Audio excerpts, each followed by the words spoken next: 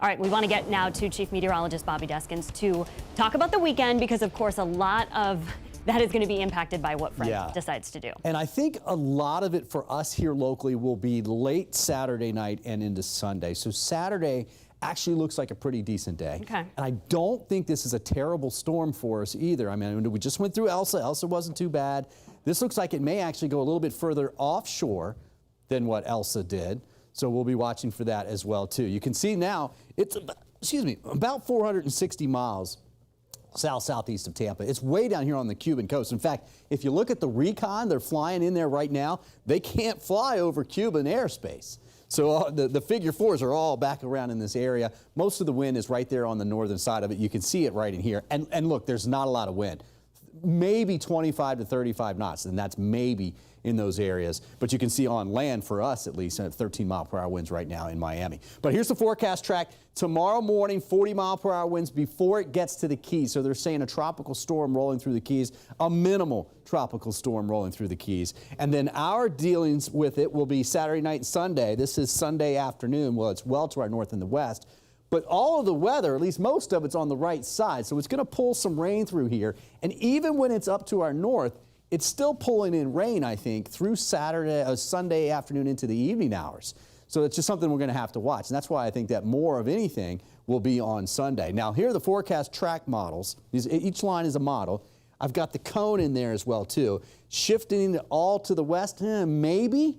That the Hurricane Center is saying they'll keep an eye on it. But right now, we have tropical storm watches from Inglewood southward through Marco Island. Now, if that core that I showed you earlier, well, let me show you that wind that's going to come up here. Watch this. This yellow shading here is where we expect tropical storm force winds. That's 40 miles per hour through about, well, it's not going to be much more than that, 40 to 50 mile per hour winds. It doesn't get to Marco Island. It doesn't get to Venice, Sarasota, Pinellas County. It stays offshore, and the wind is pushing from the east to the west. That's not a storm surge for us either. That's good news. And in fact, that might help blow red tide further out, which would be actually good as well, too. And again, the Hurricane Center says that this actually may move further to the west. It will get us breezy here, no doubt, right? But sustained winds of 40 miles per hour in that yellow area does not look like it would get to us here at this particular point. Now, the timing, the onset of our winds to increase, 8 p.m. Saturday evening near Fort Myers, 8 a.m. for us. So that means that it increases overnight, Saturday night into Sunday morning. I think more than anything else, it's a rainfall threat for us. You can see 4 to 6 inches, especially along the coast. There'll be some areas that do get more than that. But bottom line, that's the main threat, I think. There will be an isolated tornado threat, and we'll have to watch for some flooding because most of the rain is going to be on the east side of that, and we're going to get what's called training, storms moving over the same area, just putting down quite a bit of rainfall. There is potential Tropical Cyclone 7. Should be Grace by early tomorrow morning. Very similar track.